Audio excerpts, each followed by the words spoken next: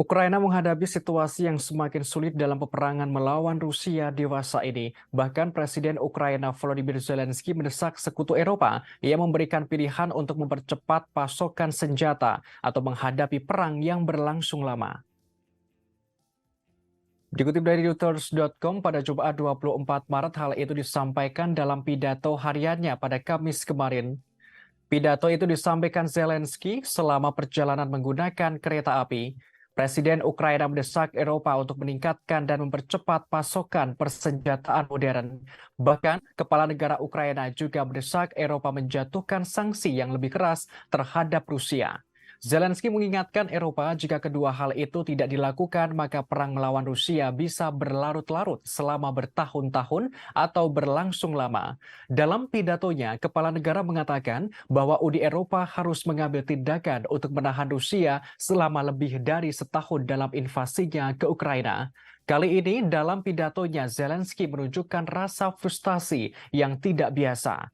Ia telah meminta senjata kepada Sekutu Barat untuk membantunya melawan dan mengusir Rusia dari tanah Ukraina. Namun di sisi lain, pada akhir Januari lalu, China menyebut Amerika Serikatlah sebenarnya biang keladi terjadinya perang Rusia dan Ukraina. Hal ini diwujudkan dengan bantuan senjata yang begitu banyak ke Ukraina dalam membantu melawan Rusia. Juru bicara Kementerian Luar Negeri China, Mao Ning, memberikan penjelasan Amerika Serikat adalah pemprakarsa terbesar krisis Ukraina. Jika Washington benar-benar peduli dengan rakyat Ukraina, ia harus menghentikan pasokan senjata. Mao Ning menekankan pemasokan senjata berat dan ofensif ke Ukraina justru memperpanjang konflik dan membuatnya lebih intens. Ia menambahkan bahwa Washington harus berhenti mengirimkan senjata ke Ukraina dan tidak mengambil keuntungan dari perang. Дорогі колеги, ніхто не знає достеменно, скільки ще триватиме війна, та які битви дадуть нам успіх швидше, а які потребуватимуть довших зусиль. Але ясно, що якщо у нашій з вами співпраці не буде зволікань чи стагнації, якщо наші з вами сили будуть рішучо спрямовані на українську перемогу, то і перемога буде вже цього року.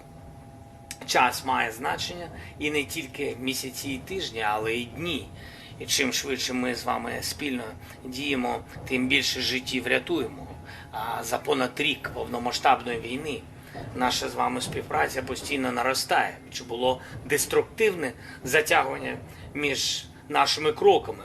Було, але все ж ми йшли до спільної мети, ми з вами діяли, щоб зупинити російський терор.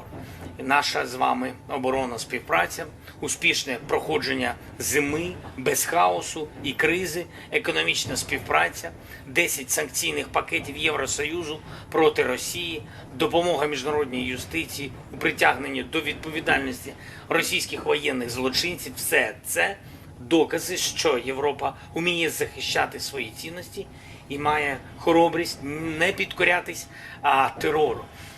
Я особливо вдячний тим із вас, хто дієво бере участь у запропонованій Естонією та схваленій усіма вами ініціативи щодо постачання та виробництва снарядів для нашої артилерії.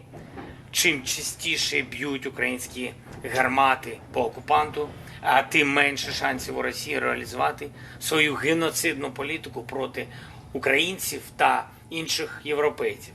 Вдячний тим із вас, хто підтримує роботу Міжнародного кримінального суду та наші зусилля по створенню спеціального трибуналу щодо злочину агресії Росії проти України, а також зусилля по запуску